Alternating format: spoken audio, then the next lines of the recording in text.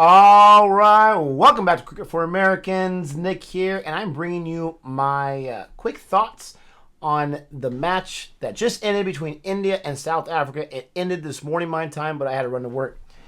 And I made a video, which I'm sure I jinxed the squad and all that kind of stuff. I went against sports rules, and I was so excited by the 7-wicket haul by Thakur, by how they bowled out South Africa after having a lackluster first inning, scoring 200 or something like that. And then I jinxed them because South Africa won, and in my opinion, they won quite handedly. They only lost 3 wickets in the second innings after they had their own debacle, bowling out India for 202, and then getting bowled out 229, letting Thakur run wild on them. And it's interesting. I give all the credit to South Africa because they were more tenacious. They were the stronger team, especially in the second innings, bowling and batting. And they were outlasting. They were more, they had more perseverance than India did. And it was led by their captain in this match, Elgar. This guy was a beast. And it's interesting because he changed things. I mean, he was the opening partner, but he was not slated as the opener as far as taking the first ball. I'm not sure if that made a big difference, but he was, as an opening partner, he saw 188 balls, and he was the star, in my opinion. I even checked if he's man of the match or not. 96 runs when you had a situation where I felt India had the momentum after the first innings was done for both squads, and they were moving into that second innings. They had lost 2 wickets going into, what was that, day 3 they were going into? And I had said that you needed Rahane, you needed Pujara to put together a serious partnership, that these guys were due for a good partnership, and they put together as good of a partnership as you would expect for 2 guys that, in my opinion, were struggling, but it wasn't enough. And I'm not sure if they had added another 20 or 30 runs to their tally each and gotten to like the 80s or something, which would have been even more fantastic. I still don't think it would have been enough. Because South Africa, again, only lost 3 wickets in that second innings. They scored 243. Elgar got 96 off 188. And for a guy that has played about, 70 tests or something like that, he's got like 10 or 11 hundreds. He almost got 100 here. He really showed what a captain needs to do, staying in there, outlasting. And I feel like this, maybe it's just my mind because I'm thinking about Joe Root from England. I'm thinking about Kane Williams from New Zealand on the test squad. And I'm thinking now of Elgar as the captain in this squad, on this game, this match. And I'm wondering to myself, there's something about the opposing captains when they're batting that India cannot get out when they need to. Isn't that the craziest thing? Thinking about the WTC and now here, and then obviously Joe Root. But he was able to outlast. He got himself 10 boundaries at a strike rate of 51, right around that average, 45 to 50, and he was able to get the winning runs on top. If India would have gotten his wicket, then it's a completely different story. But really, their whole lineup really showed out. Markram, he didn't have the best match in this series, right?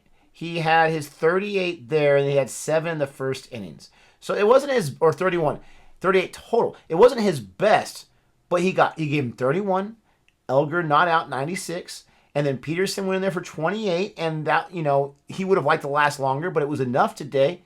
And Vanderdusen, 40 off 92. And then even Bavuma, he was not out, 23 or 45. They were all solid. You didn't have anyone there get less than 23 runs.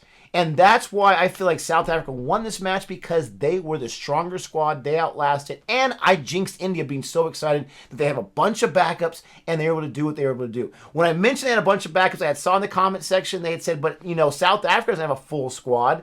This is not their best 11 they sent out there in a while. But it's still South Africa. You know how to play in your home grounds better than the opposing grounds, and you play them very well. They had fantastic pace bowlers, right? Rabada, once again, he has been a machine. Even though Nortje is out, and that's a huge loss, Rabada has been a machine. De Kock is out because his wife, I had said that he had retired in the middle of the series. I apologize for that. His wife had a baby.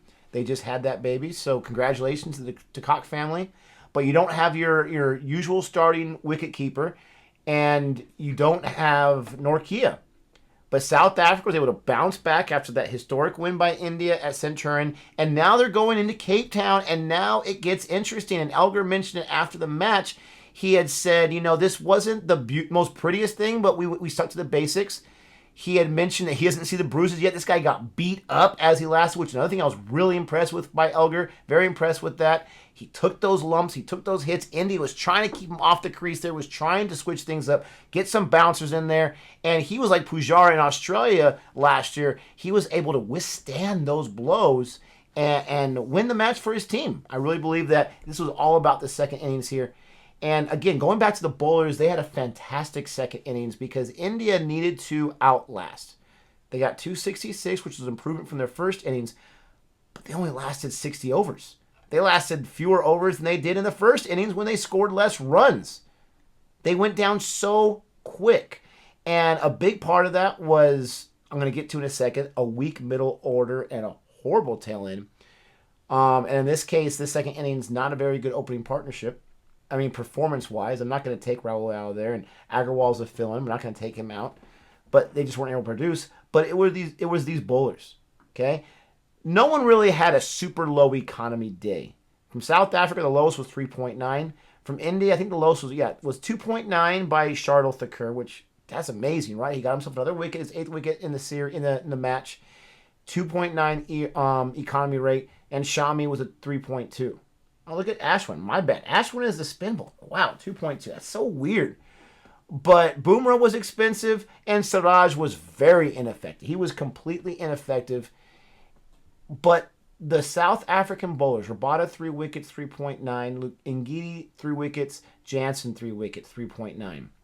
These bowlers were so consistent. Look at the first innings. Rabada 3, Olivier 3, and Jansen 4. So Jansen and Rabada were robot-like. They were robotic, if you will. They were automatic, getting their 6 and 7 wickets combined this match respectively.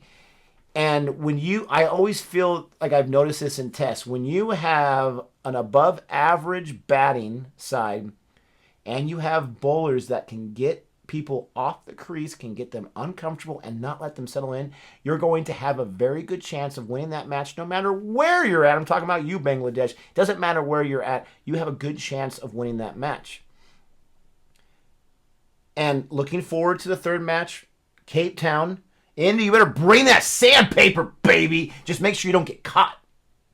Just kidding. But we're going to Cape Town. Hopefully no controversy there. And now you have South Africa rejuvenated after this win. Hopefully you have India a little embarrassed by how that second innings debacle happened, in my opinion, a big debacle on both sides. And they're able to show and put their best foot forward. I don't know if anyone's coming back that wasn't there in this match. Probably not. So they're going to have to find a way to put things together for India to win. And for South Africa, if you win this series, I don't care if you lost a match to India in South Africa. If you win this series without having all of your guys, without having all of your bullets, so to speak, and with some people in my comment section of our video, in our comment section of our videos, it said not the strongest 11, then that's something you can build on as well. Like, hey, India came to our house and they did not push us around. We were able to take the series from them.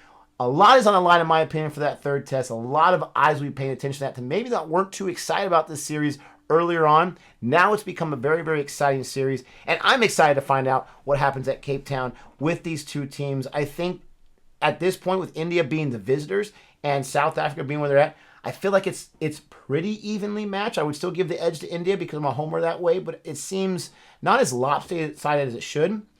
And I was the crazy person to make the statement they might be the most deep team, India, in the last 20 years. Let's not forget. Now, obviously, that's not true. A lot of that was tongue-in-cheek, but some of that I'm just throwing the question out there, right? But to get serious for a second, look at all the big guys that they're missing right now. That's the thing. They're missing a bunch of big guys. They just got a new coaching change. There are a lot of changes there. Can they pull this out for the first series win in South Africa? I'm going to put a new poll on the channel and see if people are not as confident as India winning their first series in South Africa. I'll be rooting for them as an India fan. But as a cricket fan, South Africa was a better squad. They were a better squad, and they earned this win. It wasn't, in my opinion, a debacle by India where they had it and they messed it up. And yes, I checked it out. Elgar was the man of the match. So here is my biggest issue. Why did India lose this match? And why have they not been able to be even more dominant? First of all, I've mentioned about their tail end struggles. There's a lot of tail ends in Test cricket and in limited formats. that the tail end struggles. Some places they don't struggle. India, they've always had a hard time trying to get more than one guy to have some decent performance. In the first innings, that guy was Boomer with a high of 14 runs for the tail end. In this one, I believe it was Thakur with a high score of 20. Ashwin did get you 16, so combined they got you 44. But for those last 4 batsmen, you're going to get 20 to 40 runs, 45 runs. That's a problem. But I don't really know how you fix that because you're not going to take those bowlers out from bowling because they're so important on the bowling side. So it's one of those things where it is what it is. You basically have a squad of 7 guys. The biggest problem, besides the Pujara and Rahane not being consistent, they were consistent in that second innings. They both got half centuries. Fahari comes in, he gives you a 40. Very, very impressive in that second innings. And he scored 20 in the first innings, not too impressive. But this guy, he's just off the bench. My biggest problem is Rishabh Pant. I don't think obviously there is, but there's not a lot of people who are a bigger fan of Rishabh Pant than I am. I love his fearlessness. I love how he's able to change a match, whether it's T20 or whether it's Test, in a matter of a couple of overs. I love how he is working on his wicket keeping. I love how he talks like crazy at the stumps. I love everything about this guy. I'm rooting for this guy. But he is struggling. He is struggling immensely. And unfortunately, the endearing and the cute side of his batting approach, where he just goes for it and he doesn't read the room, he just goes for it, and he catches himself getting caught more times than not. It doesn't work when you have 10 of the last 11 innings that he's batted in where he's not been able to get higher than 37 runs. He's got 1.5 century in the last 11 innings that he's batted. His average in the last 11 innings, and this is going all the way back to the tour in England. He didn't play in the New Zealand tour. All the way back then, his last 11 innings, this guy's averaged 18.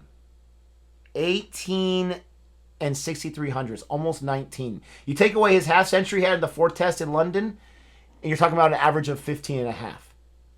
For your guy who's basically like your opener in the second half of your order because your tail end's not going to be there, you need someone to anchor the middle of your lineup because the tail end's probably not going to do it.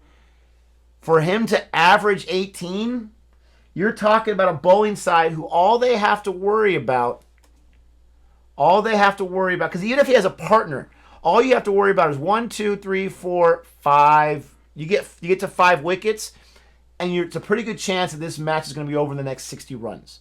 5 wickets. A lot of teams, it's like after 7 wickets, oh, here we go. But for India right now, it's 5 wickets. And that's assuming Pujara and Rahane is firing.